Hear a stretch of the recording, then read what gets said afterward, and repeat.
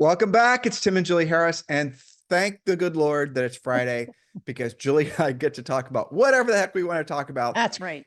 That's right. And remember, this is our Freeform Friday show. We actually have never really come up with a really good name for this for the Fridays. Fun Friday, freeform, anything goes, all of that. Yeah, exactly. So we talk about whatever we have been talking about. And we share with you some of the things that we find fascinating. And we also share with you some real estate stuff, but also in addition to that, questions and answers and all kinds of different things.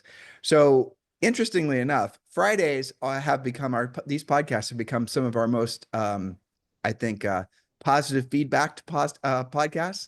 You guys really like it. And you guys like it when Julie and I talk about truly bizarre things. You know, maybe we need to talk about aliens more or something like that, Julie. By the way, whatever happened to all those stories on the aliens? I know we're going to have to resurrect some of that. Find out. I guess know. they've been suppressed by all the other crazy news that's going on. Yeah, I get the aliens were going to invade, I guess, and they found out about the tariffs. They said, "No way, that just is We're out. wackadoo." Yeah, Trump needed to pass a tariff on aliens. That would have fixed that problem. Exactly. So, look, we have some very specific topics that we're going to talk with you guys about today, but don't be surprised if we meander and just focus on whatever's top of mind. We want to do these Friday shows so that the essence of the feeling that you have is that you guys are having this conversation along with us, and we're all you're sitting around someplace, and we're all just sort of having these random conversations that interest all of us and just go back and forth and have fun. So that's really the focus. And the first topic we have, Julie and I wrote down 4 topics, but the first topic that we have is something that's not necessarily a fun topic, but something that's really important that you are clear about. And this is always these types of things. I have to say, I'm going to start out with, this is kind of like the good news, bad news thing. So we're going to start out with the bad news, and the rest of it's going to be good news for the rest of today's show. And by bad news, I mean it's kind of a negative thing, but I think it's important that you, dear listener, dear viewer, are really tuned into some of the, I think, really evil, and there's the word I use, misinformation that's out there about housing. So Julie, hopefully I teed you up. Yes. Well, I think that you are referring to a little chart that was floating around last week, especially, I believe it started online in different social media last weekend and then got some legs by Monday. Housing Wire, Logan Motoshami has reported on this quite a bit because he actually is a housing data analyst, unlike people who sometimes pretend to be on X or Instagram or all the different places.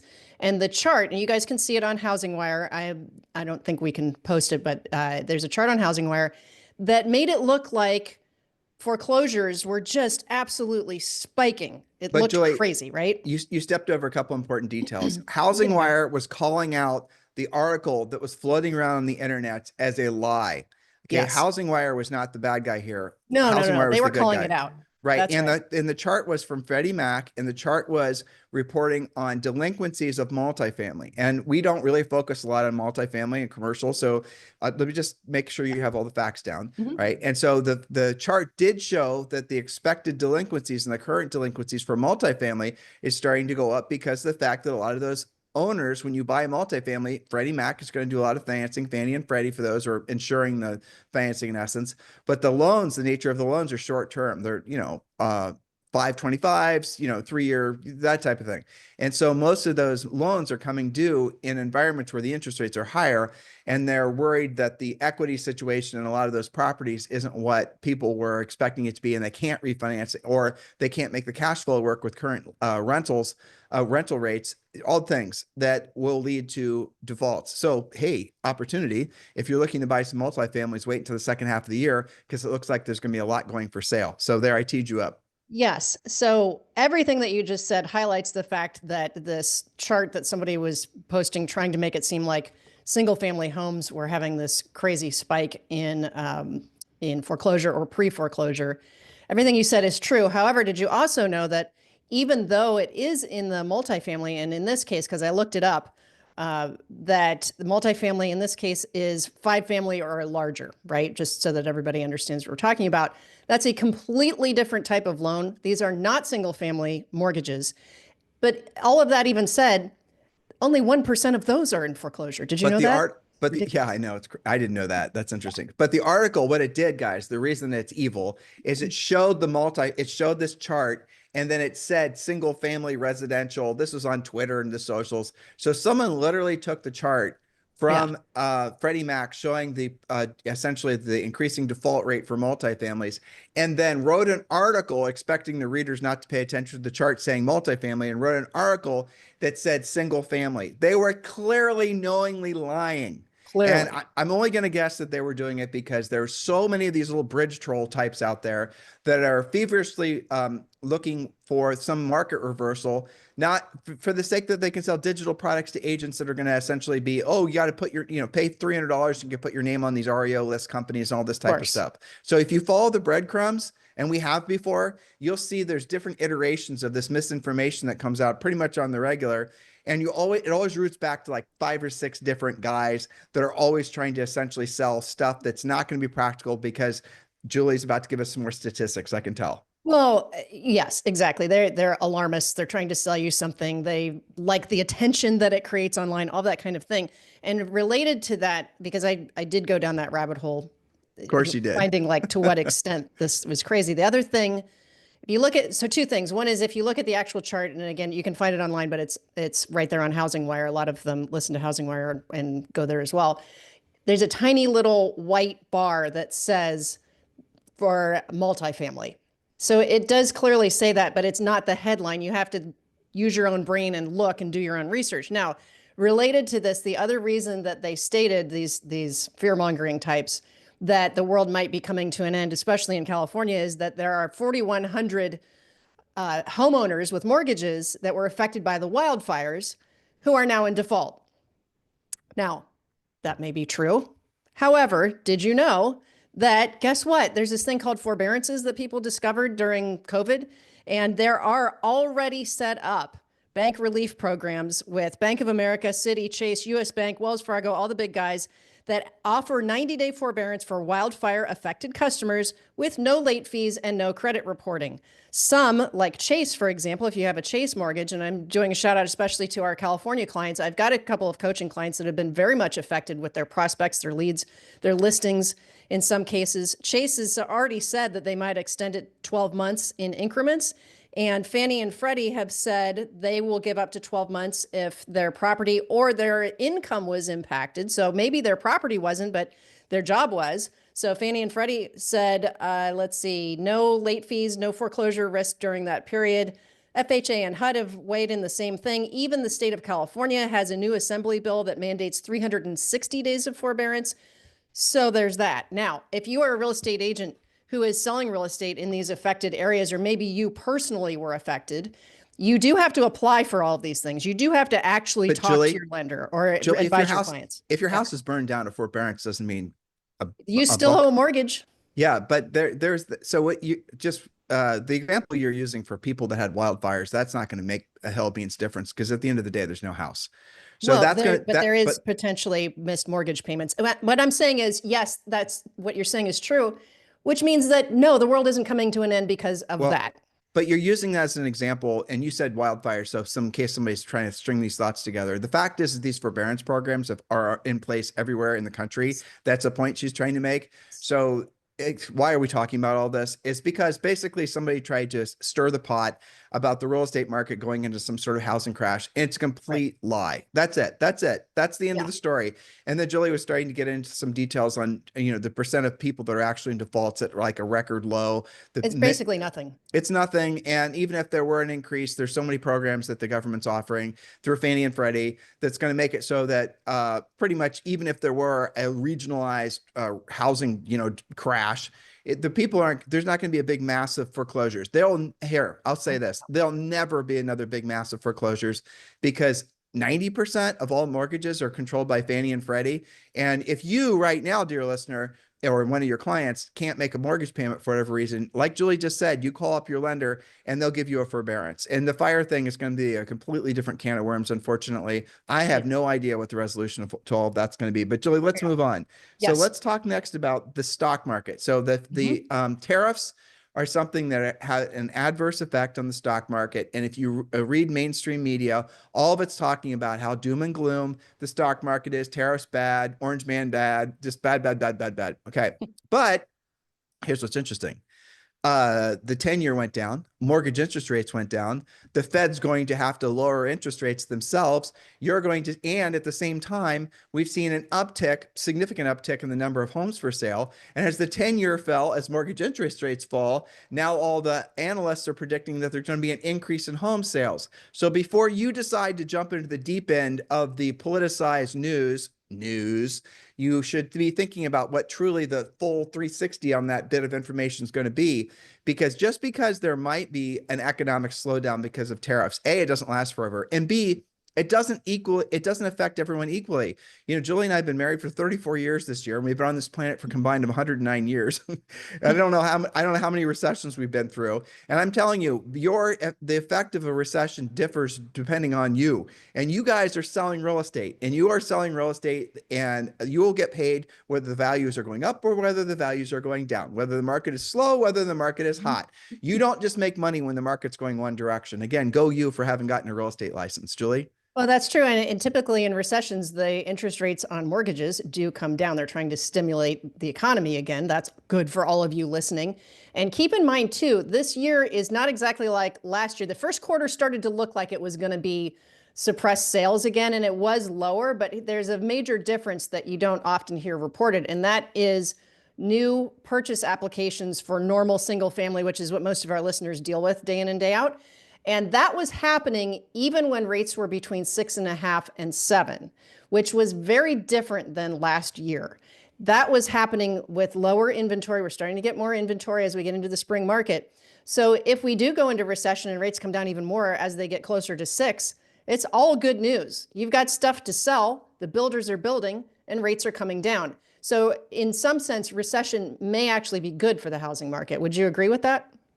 Builders are building, and obviously more resales coming for sale. And I Yes. believe the single family purchase apps are up 20% year over year. Yep. I think it was Already. 20%. Yeah. Yeah. And so do I think a recession is good? As long as, yeah, do I think it's good? No, because it's 2 quarters of negative GDP growth.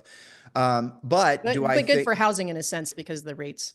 yeah, good for housing, good for individual agents, good for brokers. But if you're, I mean, you and I sold in an area, Julie, where, for example, when we were selling in New Albany, there was an area that was a lot of the people that lived in these homes. I forget who built them, but it was basically a new home construction area. And it was a lot of folks that worked at the Rickenbacker Air Force Base after it became like a big distribution hub for most of the East Coast.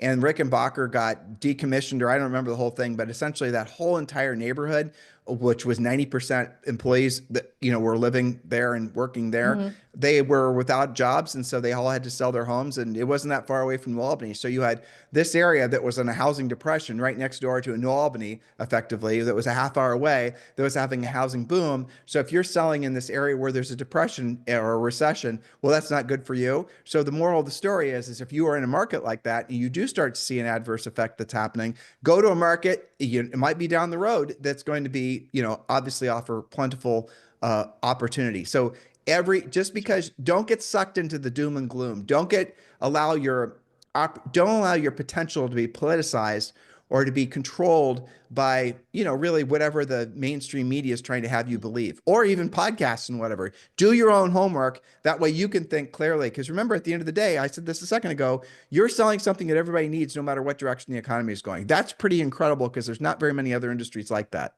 That's true. And be careful of your own confirmation bias as well. So let's say that you were triggered by that crazy chart we just talked about, and you happen to have one seller who bought at the peak in 2022, didn't have a very big down payment, and now finds himself relocated. So they might be not even upside down, but breaking even. So you say to yourself, oh yeah, gosh, I just talked to somebody and yeah, things are just coming unglued. Well, you used a chart that wasn't really portrayed accurately, and you used one thing to convince yourself that all other things are happening in the same way. Now, I'll give you an example. I have a coaching client in Phoenix. She has a combination of a whole bunch of cash deals that are coming together. Some of them, she's got the buyer and she's got the seller. At the same time, there are 2 pre-foreclosures in this very high-end neighborhood that she sells in. So how can 2 things be true at the same time? You can have all these people that are selling, they didn't have a mortgage, people are buying that are paying cash, and yet you have these other situations.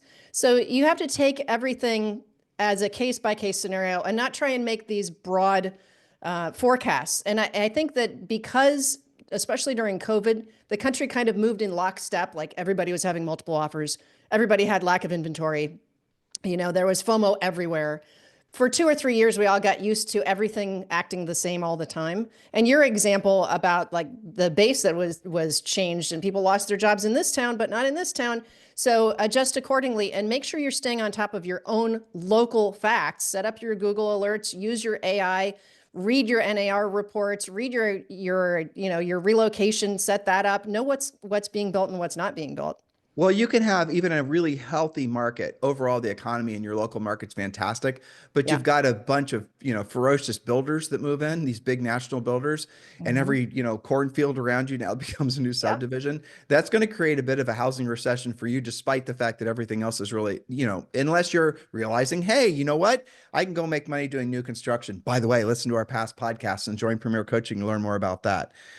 So yeah, I mean, again, what we're trying to impress upon all of you is the importance of just keeping your head clear of all the noise and all the static.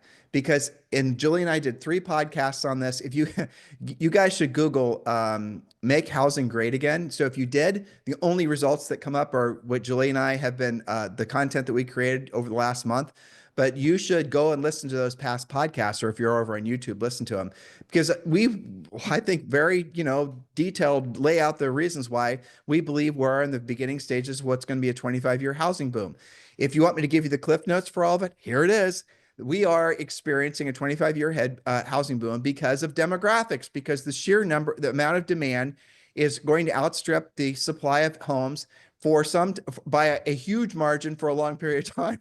That's the easy way to explain it. So if you're selling something that a lot of people need, you're not going to have any worries about your cash flow. And that's the housing industry right there.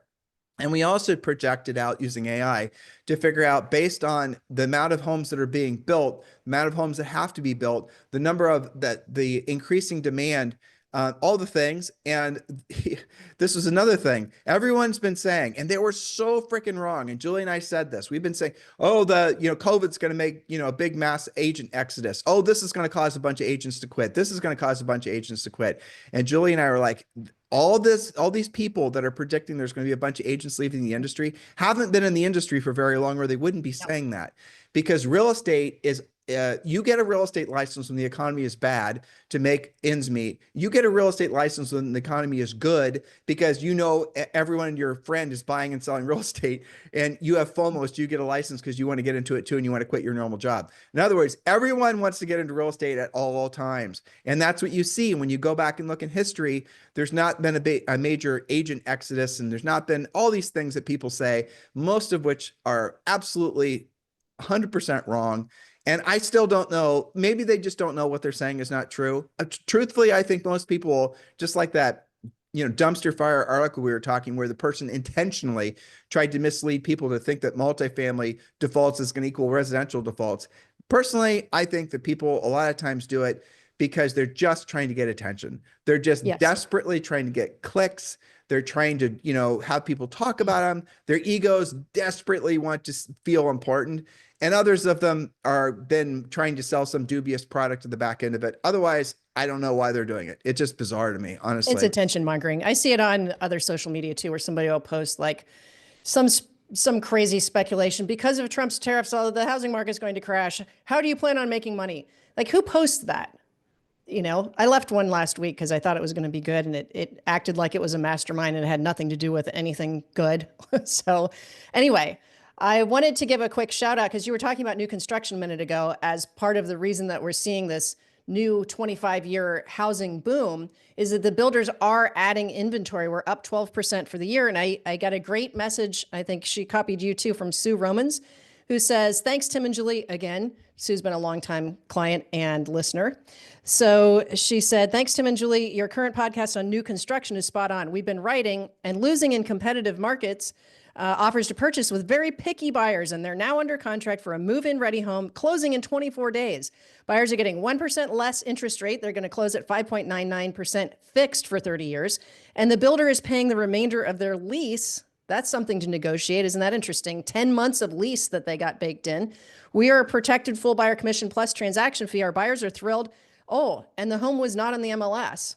So that's kind of Wow. textbook podcast from last week, right? She says, keep up the practical, tactical coaching. We're putting it into action here in Wisconsin. So thank you for that, Sue. Yeah. And, we get by the way, Sue, we love you. We love your daughter. Thank you for being such loyal clients and podcast listeners and supporters of Julie and I's art and science project that we've been doing for decades, known as coaching.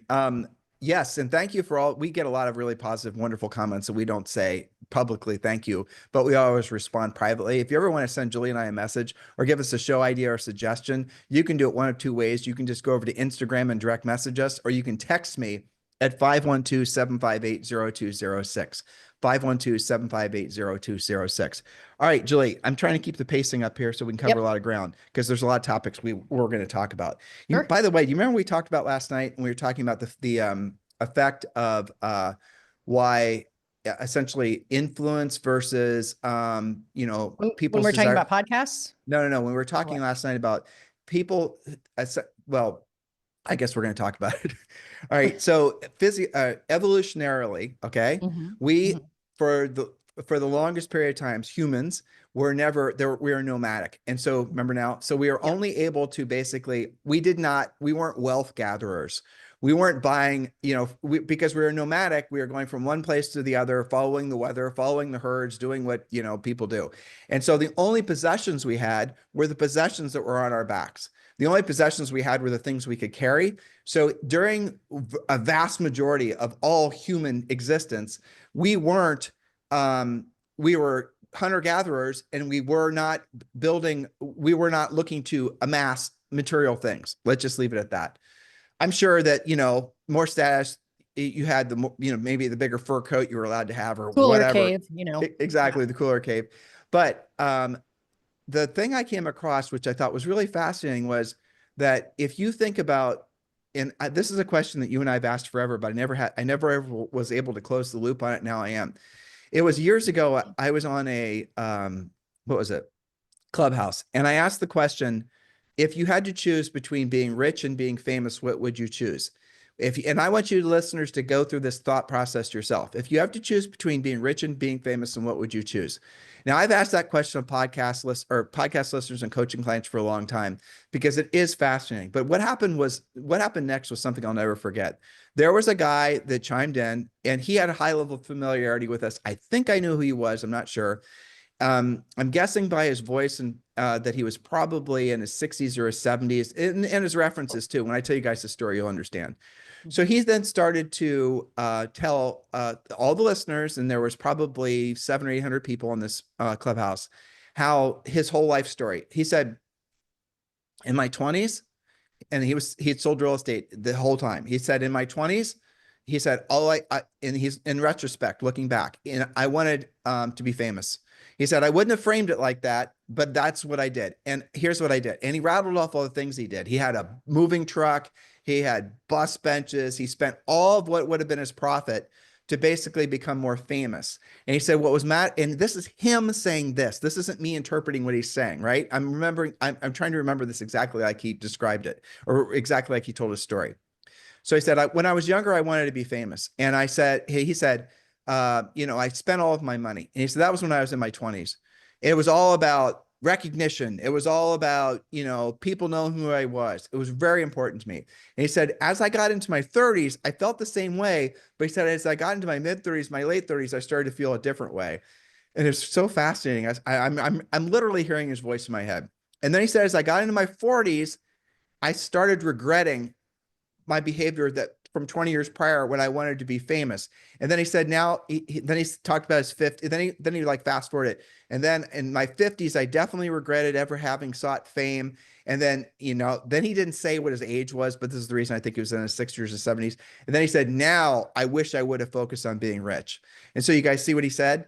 And then we talked about it. And so I know that was a thing, and you can see it societally. And I remember when Julie and I were in our 20s, though fortunately we had our heads relatively screwed on straight, we were buying rental properties. But we got tempted by wanting recognition. Like, I'll tell you guys from a personal perspective. In our first year, we sold 100 houses, and we had all kinds of attention that we'd never experienced before in our lives. You know, just all kinds of things happen. We were on covers of magazines. We, you know, Remax that was having us go to different regions. We were doing public speaking, all these things. Remember, prior to us getting in real estate, we were in college. I had a car cleaning and detailing business. Julie helped me in the car cleaning and detailing business, but she also was a full-time elf at a As a professional Christmas elf. she was a professional Christmas elf at a year-round Christmas store. She didn't wear the whole elf outfit, but I mean, she was a full-time elf. Okay, so that was our background, right? So Right. then we get into real estate. We sold over 100 houses, and then I mean, trust me, no one was more surprised than we were. And we did it And one. we did still look like we were 12, you especially. Thanks. It's true. Anyway, so yeah, so that happened. And our second year, we then started getting all this attention that we'd never had before. And it was overwhelming. I remember, you know, going in front of these groups of agents when Julie and I were at that age with, you know, I told you our backgrounds and thinking, am I really this, you know, wow, I love this feeling. I've never had this. I've never was a sports star, an academic star, anything like that. But here, okay. So we started getting seduced by wanting to be famous. And it happened in our early 20s. And then we still stayed on track for our second year. We sold more homes. We started to buy rental properties. But by the third year, the fame monster had grabbed both of us by the wedding vegetables and was swinging us around. And then Julie and I were not just seeking out to be famous locally, but nationally. And then we started literally telling ourselves dumb things like the more famous you are, the more opportunities you create. Well, there's some truth to that, but the more opportunities don't necessarily result in you making more money. So you can be super famous on social nowadays, for example, and there was no social media then, kids. And it doesn't mean anything. Like right now, guys, if you have a video on YouTube that has 1 million views, you make like $3,500. I mean, that's it. So the idea that being more famous is going to make you rich is a complete lie. Remember the guy That's what makes people say famous, because no, consciously or subconsciously, they think that famous equals rich. no, I don't believe that's true. I used to believe that. I don't believe it's true anymore. I'm with you at this stage. That's different than when you're in your 20s and you're doing the famous thing. Well, so when you're in your 20s and you're trying to seek fame, what there is you're paying homage to your physiology and your, I think, evolutionary biology that goes back to being a hunter-gatherer. Because remember, when you were younger, you know, in human evolution, when you are going from one field to the other, chasing the bison or whatever the hell you were doing, you know, thousands of years ago, and you were your material items or whatever you could carry on your back, the way you gained status inside the tribe that you were amongst was from your status as an influencer, a tribal influencer, your ability to tell stories, your ability to garner attention, how you looked, how you walked, how you hunted, all those things. And the attention you had with inside your little tribal community is what gave you probably status that then would bring you more mating opportunities, would bring you the better cave, would bring you, you know, these things. So I think it is very fascinating. And I say this from someone who's done hundreds of thousands of coaching calls, that younger people do struggle. And I understand because we did too, without knowing it, do struggle with this innate desire to be famous, to be an influencer is what they call it nowadays. Without really knowing what you're compromising. And so if you were to ask the question of yourself, if you're in the 20s, if I had to choose between being famous or being rich, and you say rich, you're probably lying to yourself. And how would I know you're lying to yourself? Based on what you do with your money. So if you right now are saying, and I've done this experiment, you know, and if I were to ask someone in their 20s, they'll say, I want to be rich. And then, you know, our definition of rich is where your money works for you. You no longer have to work for your money. And I'd say, so give me an example of what are you doing with your money? Like, tell me how many houses you sold, how much money have you made, how much savings have you had? By the way, the savings question is always the truth bearer as to where your focus is. So somebody who's focused on being famous, when you figure out how to earn money consistently in real estate, if you're not saving money consistently, like we teach you in our Premier Coaching program, it's because you're spending all of your money on things that you think will make you famous and bring you more influence, because you have not realized that the older version of you is going to wish you would have chosen to be rich over being famous, because as you grow older, you mature. I don't know if that's the right word, but you want fame less and less. You need recognition less and less. And like what I was saying with the closed loop, I couldn't quite understand why evolutionarily, why there was this innate desire in all of us when we were younger to be famous. And as we grow older, it definitely wanes. And I think the nomadic aspect of it is the only explanation I can come up with.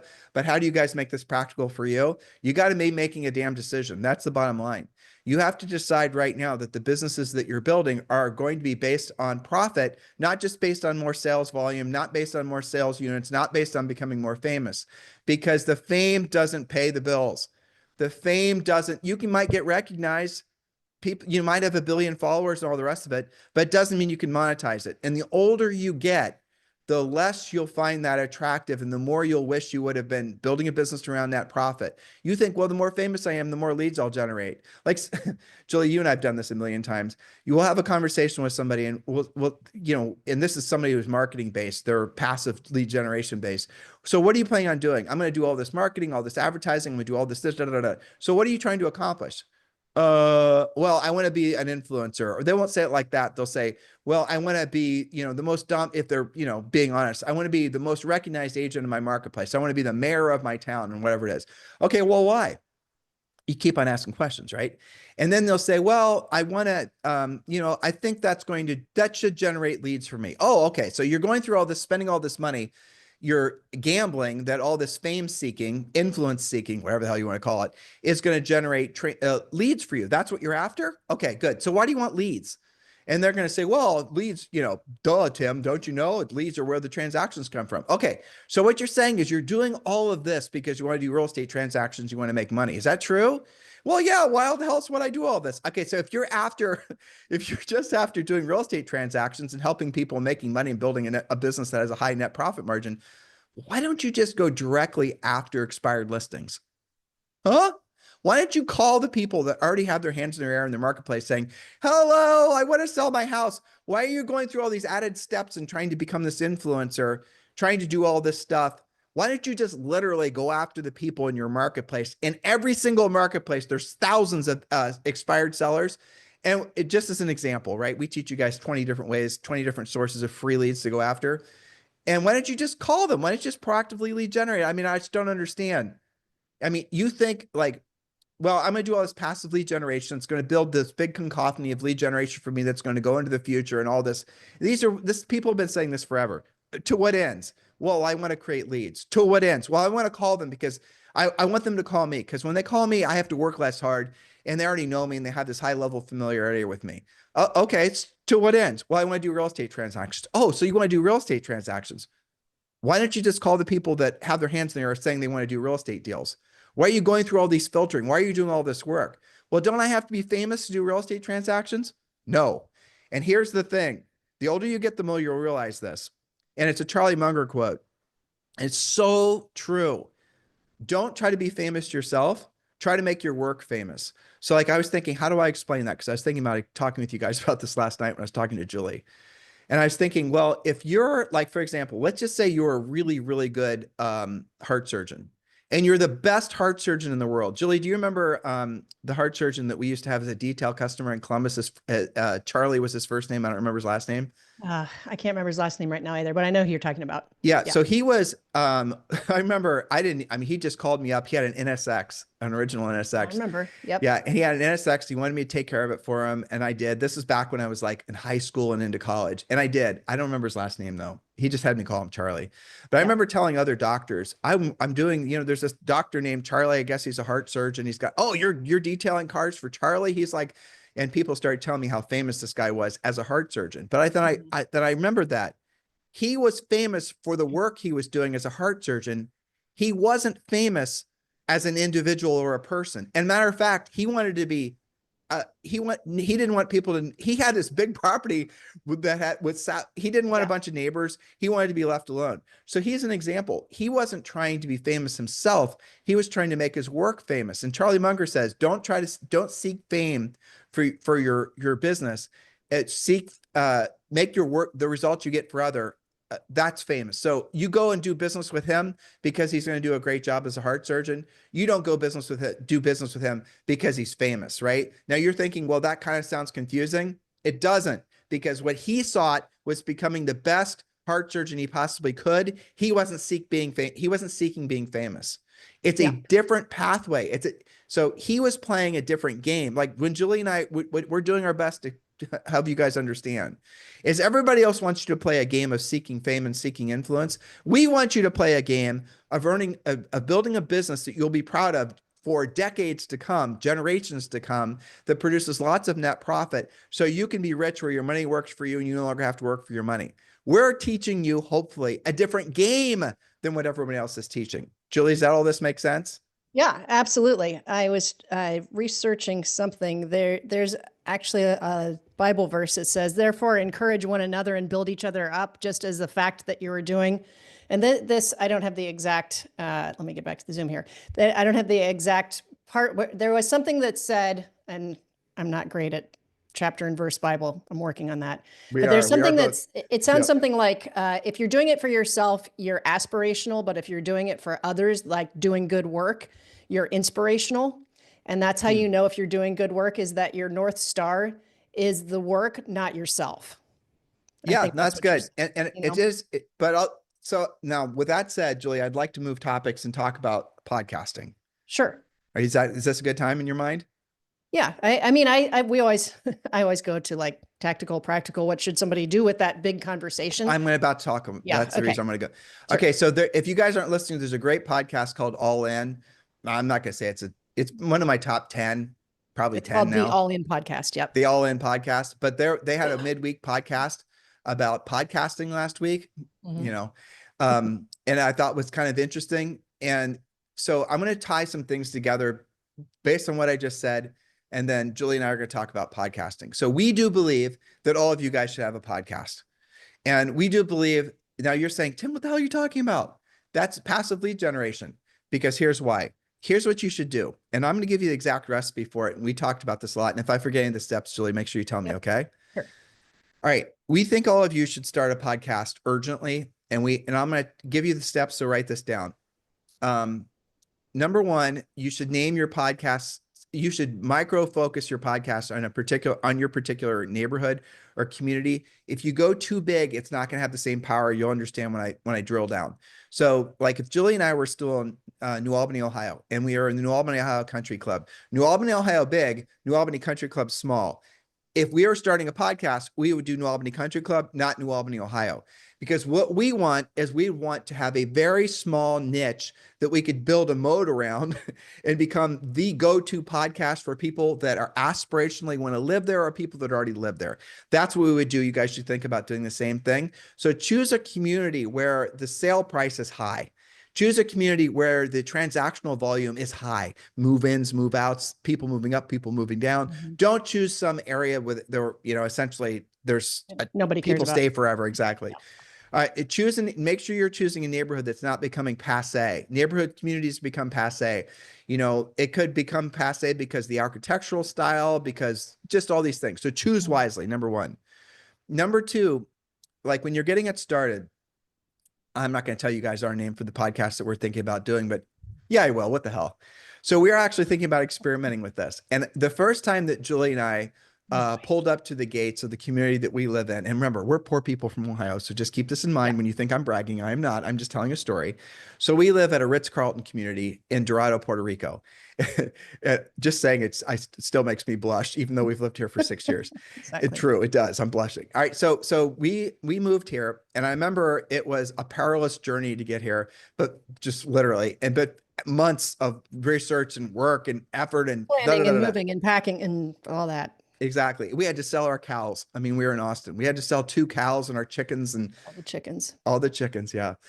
And we pull up to the gates of the Ritz-Carlton in Dorado, Puerto Rico. And the first thing we hear it say is, it's Nav. So, but just remember this. You guys can use this idea too. You have arrived. Welcome to the Ritz-Carlton, Puerto Rico. I mean, that's what Nav said because we just arrived. We, driven there. And so I thought a great name, Julie and I thought a great name for a podcast would be you have arrived. Welcome to, and then pick your community. Okay. So I'm giving you guys that idea. Do with it as you will.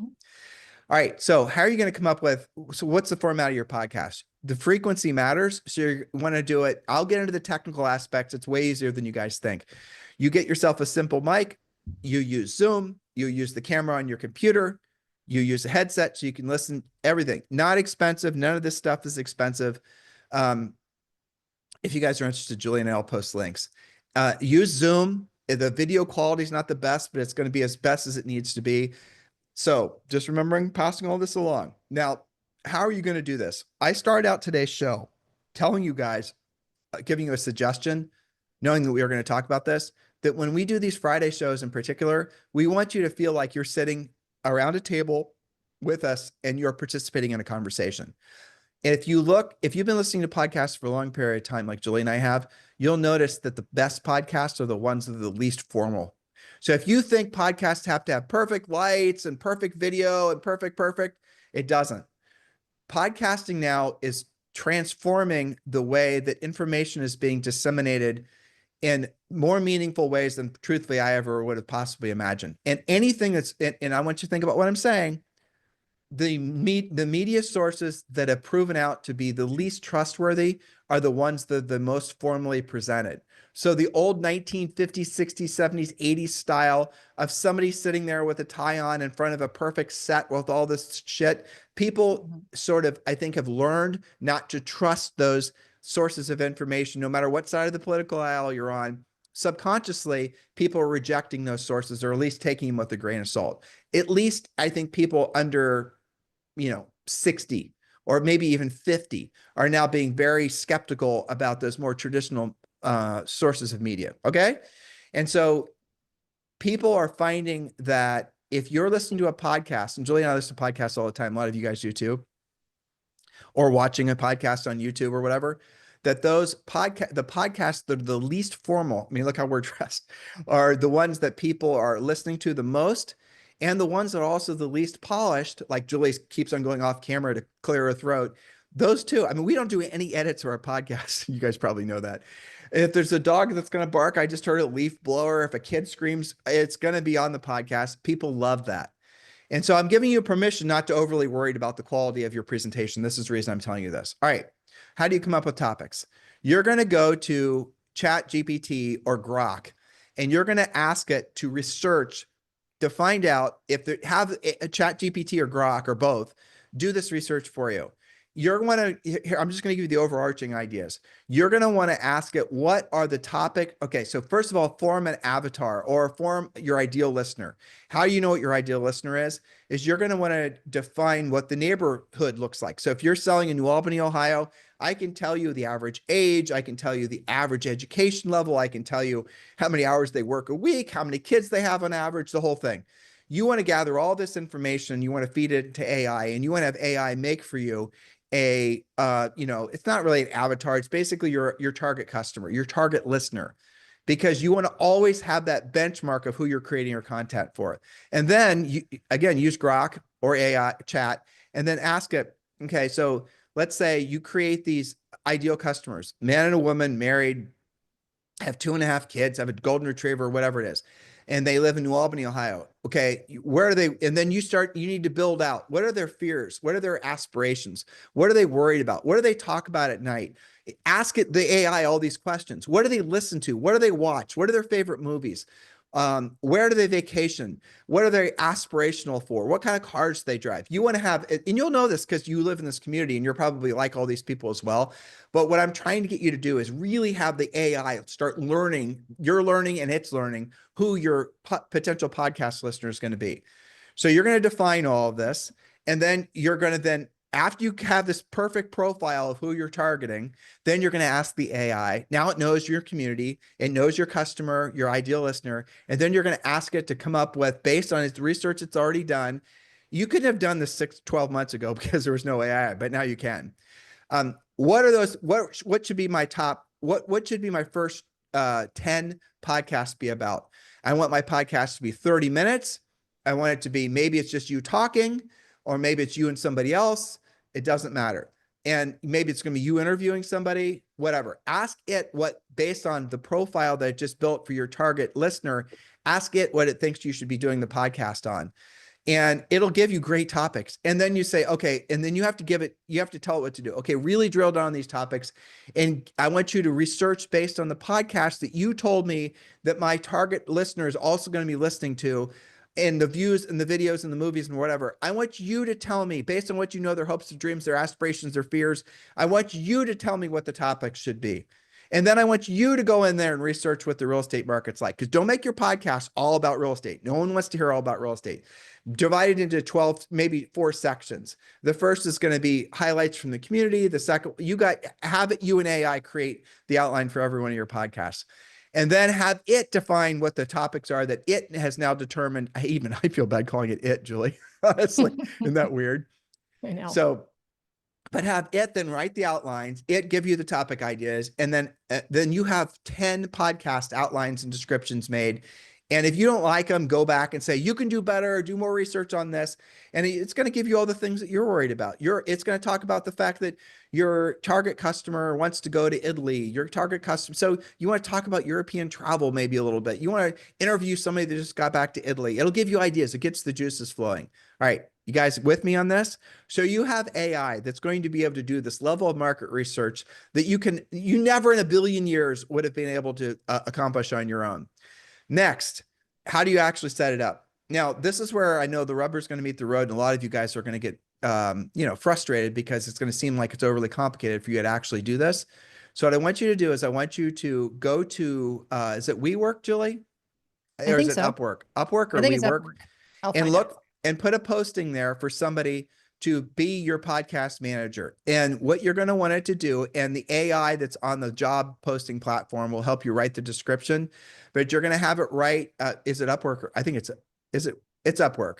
Yeah, WeWork is something else. Yeah, WeWork is that shared job thing or shared office space. All right. Yeah. So Upwork, and then go in there and it'll ask you questions and say, I'm looking for someone to help me set up a podcast.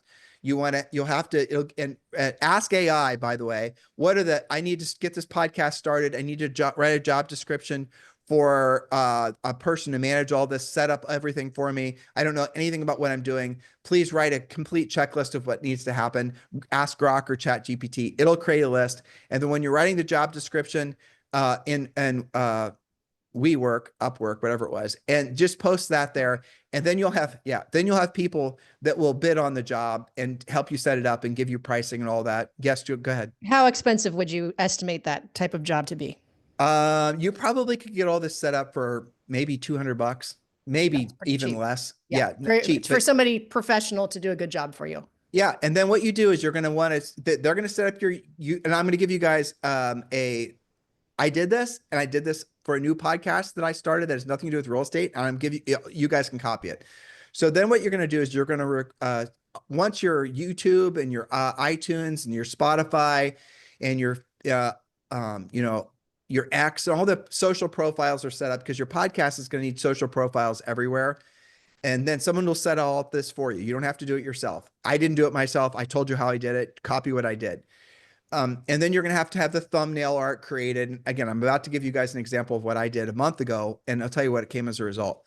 So then you have to pre-record 4 shows, maybe 6 shows. So when the podcast goes live on YouTube, on Stitcher, on Spotify, all these other places, my alarm's going off, reminding me I have a Zoom in 15 minutes, that you're going to have 6 shows at the ready.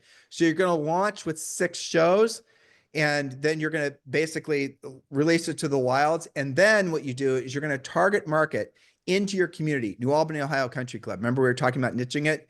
And then you're going to start target marketing it and get people to start talking about it. And how are you going to do that? You could get the list of everyone that lives in the community, and you could, market to them on Facebook. You could do a flyer, announcing a new, we have arrived, New Albany, Ohio. country club, and then, or you have arrived, and then do a flyer campaign, do anything and everything. Let all your centers of influence and past clients know about it. And then what you can really do to supercharge it is do interview people that are influential in your community. Avoid politicians, but maybe it's the new construction rep. Maybe it's the famous bakery owner. Maybe it's the candlestick maker. You guys get the point? All right. So here's what Julie and I did. About a month ago, actually about 60 days ago, I started a podcast called Full Throttle Talk, and you guys can check this out. Everything I just told you about, I did. So look it up. If you're a car nerd, this is a perfect podcast for you. So Full Throttle Talk. And in the last, as of yesterday, there's 5 million podcasts in the world. So as of yesterday, Full Throttle Talk was 43 in the automotive section, which has probably 200,000 or 300,000 podcasts that we're competing with. And it was 43. And I had no high level of mastery of, doing an automotive related podcast. The two guys that I have that are doing the podcast with me, I'm friends with one, sort of friends with another one. So we are kind of strangers, but if you guys can listen to what we did, and it's really taken off. And we have had over 60,000 views on Instagram. The podcast itself has had 2,000 downloads. It's just an astronomically huge surprise to me. But how did we do it? Because we did everything the way I just laid it out for you. And we released everything at once. And we knew that we would get, we knew there was the TAM, the total addressable market was big because there's a lot of car enthusiasts around the world. I underestimated how big it was. But then we gave them, 4 shows to start, and we've been doing a show consistently every single week. And the listenership and the downloads and the views have just consistently gone up. Now, we're not monetizing it. I'm not trying to make money from it. I doubt if I'll ever want to make money from it. It's just a passion project. But really was an experiment to see if I could create something that I could then share with you guys, so then you could create it in your own real estate markets, which you can. We were thinking about doing a formalized product around what I just said, but I just kind of gave you the framework for it. And really the cheat code is just listen to this again and then go to, WeWork and hire someone that really knows all the mechanics of it. I don't know the mechanics of it. You asked me how to link up to iTunes. I got no idea. Now, how does this loop back to the famous versus rich thing?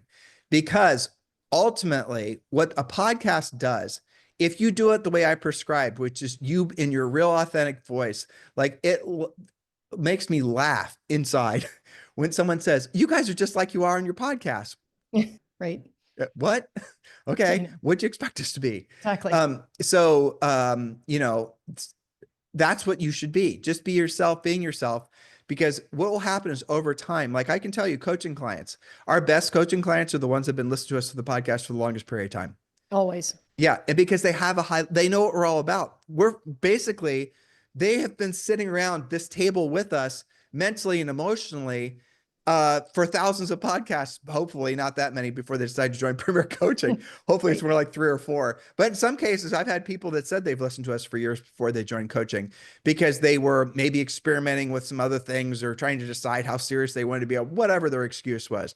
But that's what it is. So what a podcast should do is create a sense of community where you're talking about things that your target is already interested in. And then when you do meet them, when you do, call them because they're an expired listing or whatever, meet them at the gym, they already know you because you've been being yourself on the podcast. And that makes your job so much easier.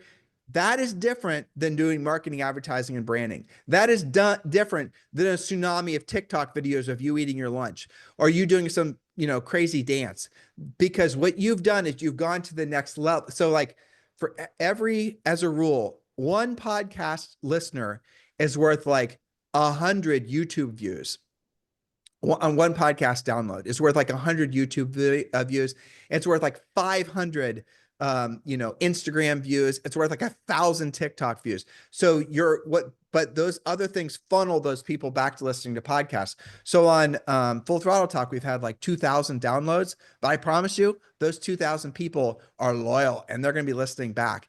And that's after only 8 shows, I think, something like that. 4 to start, and then maybe 4 to 6 that 8, you've done. yeah, 8 or 9. Yeah. Okay. And that's just extraordinary. But we launched with the podcast being fully syndicated on all the different platforms. And we launched, and I didn't know whether people would like the content. I like doing it. It was fun talking about what I like to talk about, car nerd shit. And I did it with 2 guys that were, they're not professional podcasters, so they had to find their groove. But ultimately, where this all goes is that if you are in a real estate market where you're really trying to be in alignment with your highest and truest purpose, which is being a service to other people, in this particular example, people that are wanting to buy or sell real estate, you're going to insulate yourself, build a moat around yourself that nobody else that's trying to do a direct mail or doing all this little, kitschy stuff as far as marketing goes, because people feel like they know you. And Julie, I want you to really drill down on this. This is, I know a fire hose them, but we only had an hour today. So make sure I get these numbers right. Okay. When you guys are looking to hire a professional, can you go through it or you want me to do it? Well, the people have done these surveys and it's always the same results. If you are looking for somebody to provide a service, in most of our listeners' case, that's buying or selling real estate. But let's just make it finding a vet for your dog. You are first going to go to, who do I already know? Excuse me. That's, sorry, about 85% of the time. Sometimes it comes at 83 to 85% of the time. Who do I already know? Oh, I've taken my other dogs to this vet. I'm going to take them there. Only if you don't already know somebody, what are you going to do next? And that's another roughly 10% of the time. It's always like 9 or 10% of the time. I'm going to ask a trusted friend or advisor. I'm going to go, my best friend's got a dog. Who does she take her dog to? Okay. Trusted friend or advisor, you're going to get a referral.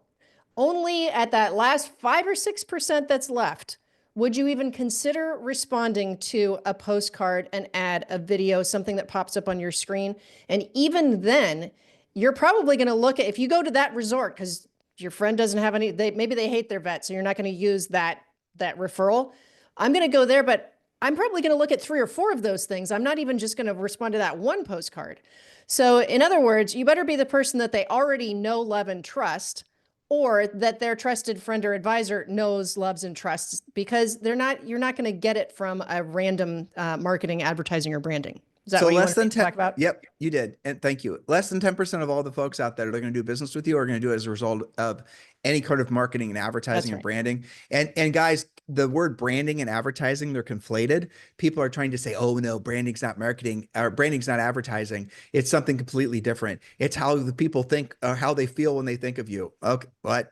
Okay, so here's the reason it's advertising, because if you stop doing your branding, i.e. paying for ads on social media, your leads will stop, because it was really advertising at the end of the day. What you're really saying is that you're trying to have a reputation or a relationship with that person. That's what your branding's supposed to be doing, but it doesn't really work that way.